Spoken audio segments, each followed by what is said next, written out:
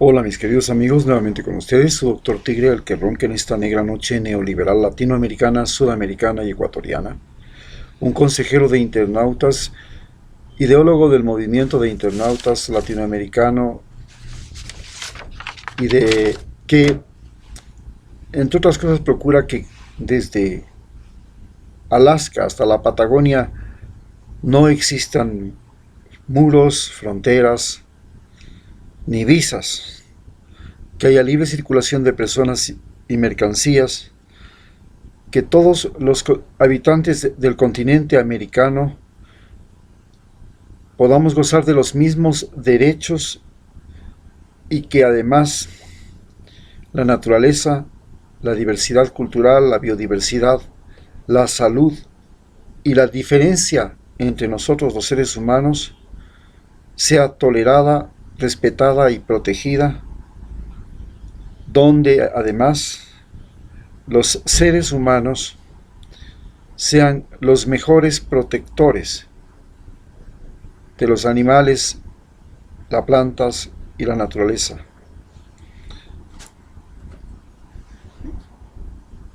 Estamos ahora al frente de una situación electoral en la que la educación es otro de los botines en disputa por parte de los candidatos. El gobierno de Lenín Moreno nos mostró que todo en Ecuador era un botín. Y lo mismo el gobierno de Donald Trump en Estados Unidos, que nos convirtió a Ecuador en un botín de los Estados Unidos, en un país botín. Estamos frente a algunas elecciones donde tenemos que enfrentar el grave problema de la educación en Ecuador, que ya vimos anteriormente, junto con la salud, han pasado a ser dos de los ejes más sensibles de nuestra situación y de nuestra realidad. El gran problema que tenemos con la educación en el Ecuador no es que tengamos más o menos analfabetos, sino que ha pasado a ser qué es lo que se enseña en Ecuador, cómo se enseña, a quién se enseña. Y entonces tenemos una educación privada, una educación religiosa y una educación estatal. En la educación privada, el objetivo fundamental es enseñarles a cada uno de los individuos que lo más importante en la vida es aprender a producir dinero. En la educación religiosa, lo más importante que se enseña es aprender a temer a Dios por sobre todas las cosas. El primer mandamiento no es en realidad el primer mandamiento de nuestra religión: amarás a Dios por sobre todas las cosas. El primer mandamiento de nuestra religión es: temerás a Dios por sobre todas las cosas. Y Dios se manifiesta en presidentes desgraciados que llegan a gobernarnos, en tragedias por las que sufrimos, en pandemias como las que estamos viviendo, que nos hacen temerle. Y en la educación estatal, lo que se busca es enseñar a todos los ecuatorianos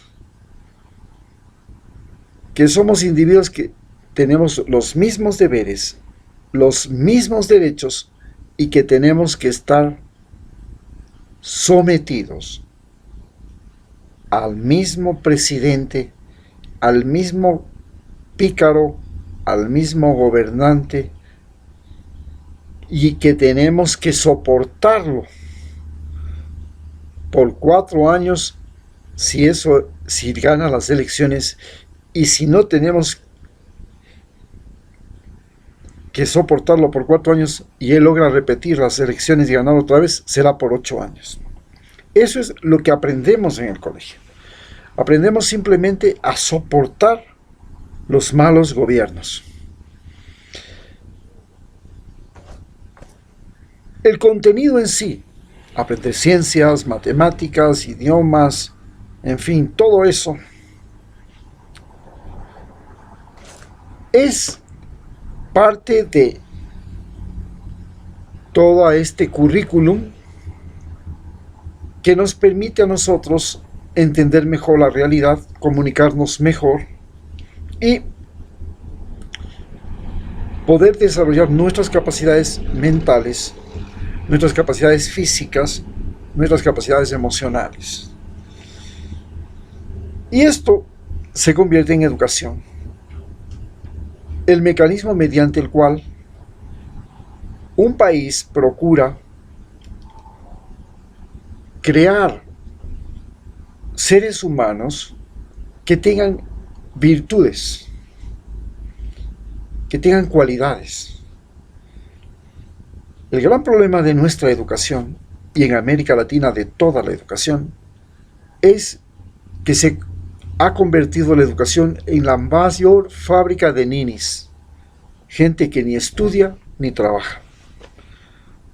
¿Cómo fue posible que la gente estudie 12 años, primaria, secundaria, y luego 20 años, universidad, y luego 24 años, maestrías, PhDs, para que después se vea en la calle, peor con esta pandemia, sin empleo, sacado de los cargos públicos, sacado de las empresas, viéndose unos a otros con la angustia de saber que tantos años de sacrificio de sus padres, porque no les llevaron a trabajar, no les hicieron trabajar con ellos en la finca, en la pesca, ni en el taller,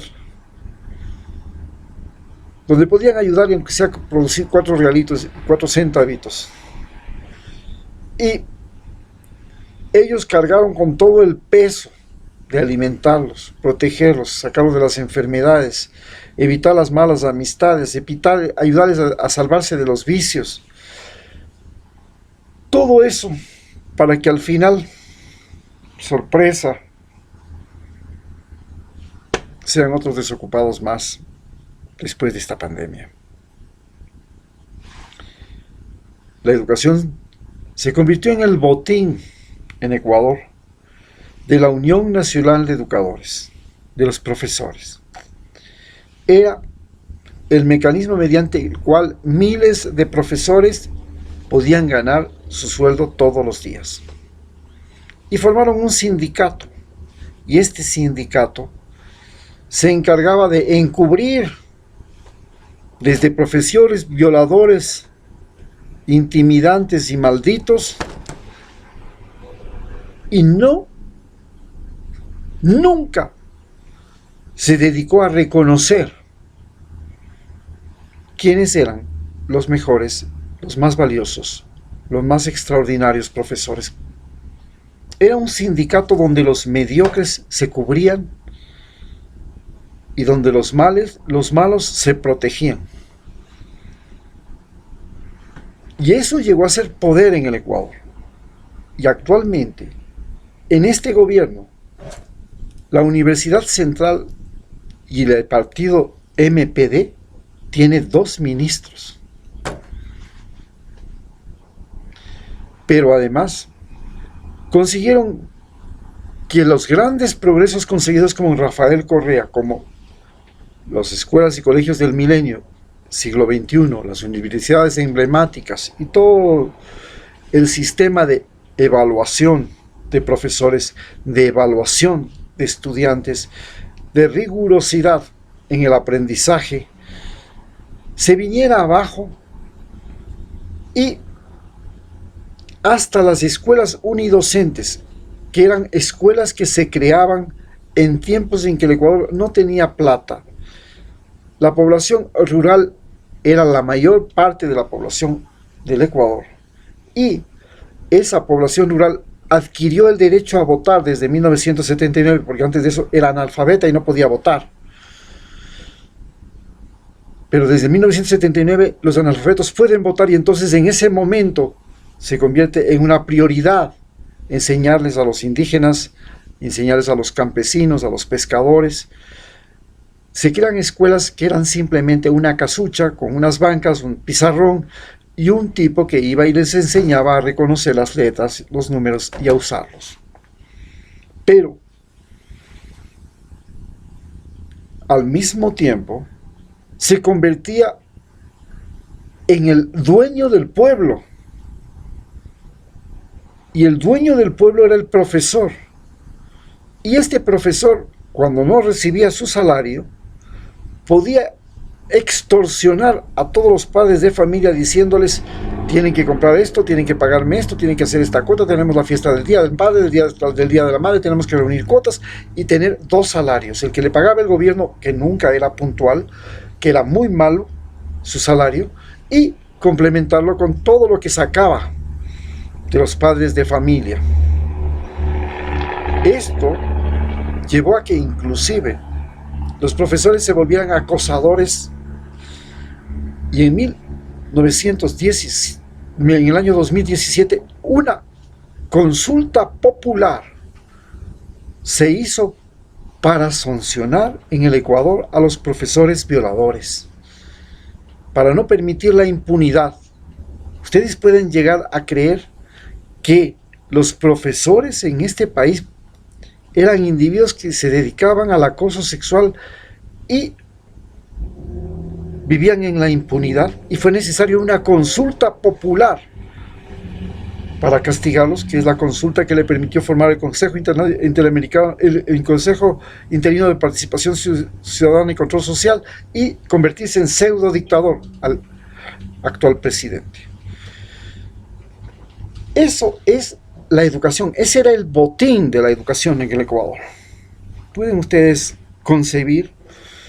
Por supuesto, el mayor problema era, y sigue siendo, que usted termina la universidad, a más de que no tiene un montón de conocimientos teóricos, un montón de paja en la cabeza,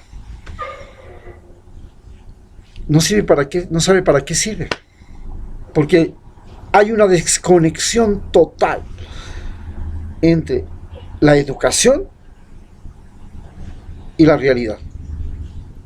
Ya desde la época de la colonia, los españoles nos trajeron la educación católica y el idioma como obligación de aprender, y aprendíamos, y es así como se creó el gran imperio español.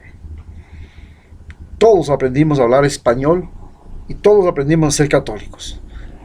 Y hasta el día de hoy, toda América Latina tiene una mayoría de católicos y una mayoría de gente que habla español. No se habla quichua, no se habla maya, no se habla lenguas africanas. Y como segunda lengua, en América Latina hablamos el inglés. En Estados Unidos, como segunda lengua, se habla el español. Pero, fuera de eso, de esta enseñanza de hay que comprender al extranjero, hay que comprender lo que no es nuestro, hay que comprender al de afuera y no comprendernos a nosotros mismos, fue la clave del proceso educativo en América Latina y en Ecuador. No sabíamos y no sabemos qué plantas medicinales tenemos y con qué plantas medicinales podemos curar. No sabemos cuál es nuestra riqueza minera, pero los norteamericanos sí lo saben. No sabemos cuál es nuestra riqueza pesquera, pero los norteamericanos y los chinos sí lo saben. No sabemos cuál es nuestra riqueza forestal, pero los norteamericanos sí lo saben. Y entonces estudiamos para terminar produciendo árboles para que se lleven potencias extranjeras y destruir la selva.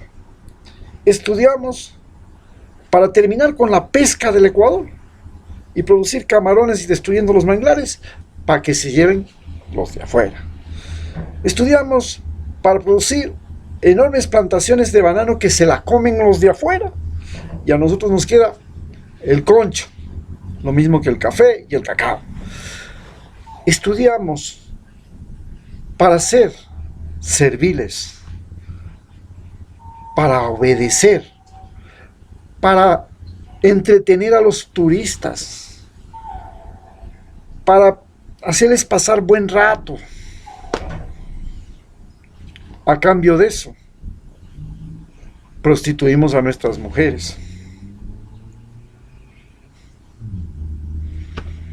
¿Qué diablos es la educación en Ecuador? Y es así como la educación se convierte en el botín durante el gobierno de Lenín Moreno de los famosos revolucionarios de Cafetín, de la UNE, la Unión Nacional de Educadores, y de la CONAIE. ¿Y la CONAIE por qué se interesa en la educación? La CONAIE hace algo muy correcto: rescatar la educación multicultural, la educación bilingüe, la educación en su propia lengua, en cada una de las nacionalidades indígenas. Los Shuar en Shuar, los quichuas en quichua, los cofanes en cofán, los chachis en chachi. Perfecto, maravilloso. Las escuelas multiculturales, rescatar, utilizar la escuela para salvar su lengua, su cultura. Perfecto, hasta ahí está todo bien. Solo que el profesor al mismo tiempo es el cacique local y utiliza la escuela para continuar siendo cacique, para hacer desaparecer la democracia en las comunidades. Entonces, en las reuniones de la CONAIE, el cacique, el jefe, el dirigente se para, coge el micrófono, habla 2 horas y media, llama a votación, y eso se llama democracia. Y para eso se utiliza la educación multicultural. Es así como se convirtió la educación multicultural en botín. Pero ¿botín de quiénes? De los revolucionarios de Cafetín. ¿Quiénes eran los revolucionarios de Cafetín? Los intelectuales de la San Francisco, los genios de la Flaxo, los brillantes de la Universidad Simón Bolívar. Todos ellos nos hacían análisis extraordinarios de la realidad, estudiaban la realidad y luego terminaban con un sueldazo en esas universidades como Enrique Ayala y quítenlos, imposible. ¿Y quién ingresa? Pues estudiar. ¿Y qué es lo que tiene que aprender? ¿Y qué es lo que tiene que repetir el maestro, el que saque la maestría?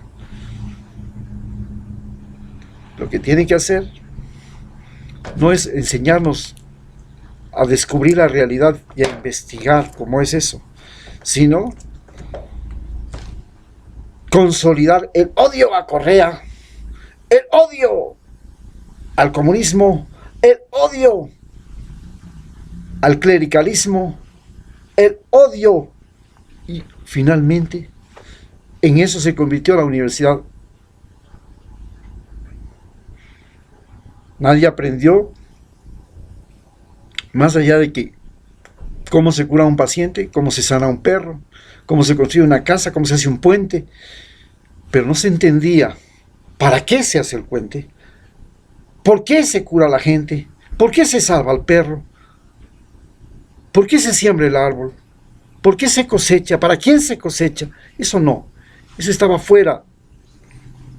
Lo importante no era eso.